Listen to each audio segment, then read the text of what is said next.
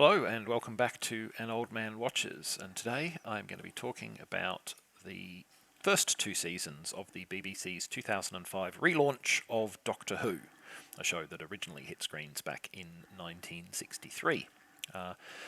When Rose Tyler investigates a strange noise in the basement of the department store where she works, the last thing she expects is to be menaced by mannequins animated by the Nestine Consciousness, a malevolent intelligence from outer space. But that's exactly what happens. Fortunately for Rose, she is saved by a strange man who calls himself the Doctor. He's also an alien, but a friendly one. This rescue launches Rose into a series of ever more wild adventures across not just space, but time as well, in a bizarre craft called the TARDIS, which is somehow larger on the inside than it is on the outside. Rose and the Doctor, whose manic good humour masks a huge amount of hidden trauma, will travel together across billions of miles and millions of years, almost invariably finding calamitous danger in the process. So as I said, Doctor Who first hit British TV screens way back in 1963, and it was an instant hit in its home country and in other English-speaking countries within the Commonwealth. It would go on to run with varying degrees of popularity and success for over 25 years. 7 different men would play the Doctor during this time, with the in-show explanation for this being that members of the Doctor's species have the ability to regenerate, taking on a new face and personality in the process.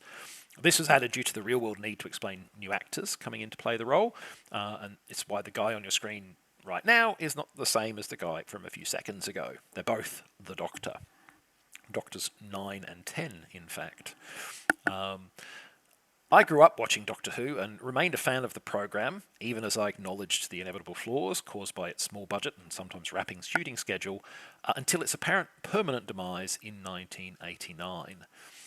The show's fan base never gave up hope of a revival, however, and after 15 years and one poorly received telemovie featuring the missing 8th Doctor, the BBC finally decided to give the programme a new incarnation. Now, I've already mentioned the tiny budgets that plagued the original series, leading to often rudimentary costumes, makeup and effects. The problem grew worse in the programme's later years as the executive team at the BBC had little regard for the show or for the man running it, John Nathan Turner. But executives come and go, and by the early 2000s, the new controller of the BBC at the time, Lorraine Heggessey, was enthusiastic to revive the programme. This enthusiasm was supported by the head of drama productions and by well-regarded showrunner and writer Russell T Davies, who in fact told the BBC he would only work for them again if it was to run this programme. And the new show was thus given significantly more generous resourcing than the original. As a result, the effects and sets are noticeably better, though don't expect them to compete with premium US offerings like Game of Thrones, which are playing in a completely different financial league. I think that this show's switch to self-contained 45-minute episodes rather than multi-part serials of 25-minute episodes also helps to make it look more polished. The stories tend to sprawl less, with more focused narratives that allow for better controlled casting. Doctor Who's lead actors have always been solid, but the quality of the show's supporting cast was sometimes rather uneven, and there's no such worry with that in the new edition. So I think it's got a really strong grounding because it is properly invested in. Now, the show has always been in a position where it needs to thread the needle of being family-friendly entertainment while still being a bit scary. It had to be intense enough that it was thrilling, but safe enough that the younger family members could watch it without nightmares. That's a delicate balancing act to maintain, and there was more than one occasion where the show, in its original incarnation, was raked over the coals for being excessively violent or scary. It often got it right, however, and hiding behind the couch when the monsters came on was a seminal experience for many British kids during its run. So the new show also faced this same challenge, of course. It took a slightly different approach to resolving it. There's a lot more overt comedy in this version of the programme. This is perhaps most notoriously exemplified by the two-parter in Season 1 that is jam-packed with fart jokes. Overall, I find the show's stabs at humour to be very hit and miss. For instance, I've not found flatulence funny since I was about 12-year-old, but on the other hand, the physical comedy of the first episode of Season 2, New Earth, is really well done. Unless your sense of humour is very broad indeed, however, there are going to be times that this show has you rolling your eyes rather than splitting your sides. But on the other hand, there are also likely to be times when you'll get a chuckle or two out of it. And remember, it is very much a technique that is being used here to keep it feeling safe for the whole family.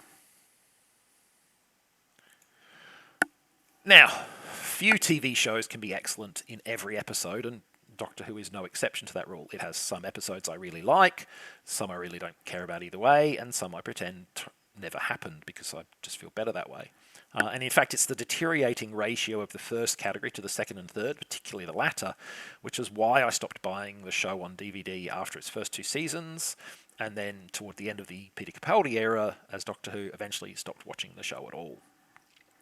These first 2 seasons of the relaunch show have several excellent episodes. The Empty Child and the Doctor Dances in Season 1, The Girl in the Fireplace and the 2-part Cyberman story, nothing to do with Marvel, in Season 2.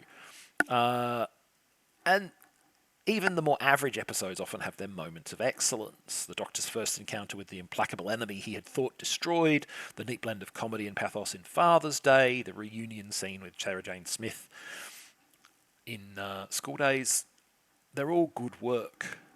Doctor Who has always been an imperfect show, both in its original and revived incarnations, and as I've noted, I think the latter has become more and more flawed over time. But even when it's off its game, it still has occasional moments of real brilliance. Whether there are enough of them to keep you watching will vary from person to person, of course, but I think it's at least worth giving a try if you enjoy science fantasy adventures. It is a generally positive program with, I think, a fairly good emotional core and a good ethos to it. It's just sometimes the execution can be a bit hit and miss. Next time, what if Rambo was the bad guy is a concept that probably deserved to be made into a better film than the 1984 offering Fleshburn turned out to be. But I only get to talk about the movie we actually got, so Fleshburn it is. Rest assured, however, it is not quite as sleazy as the image on your screen might lead you to suspect. But that's next time. Until then, thanks for watching this video, and I hope you enjoyed it.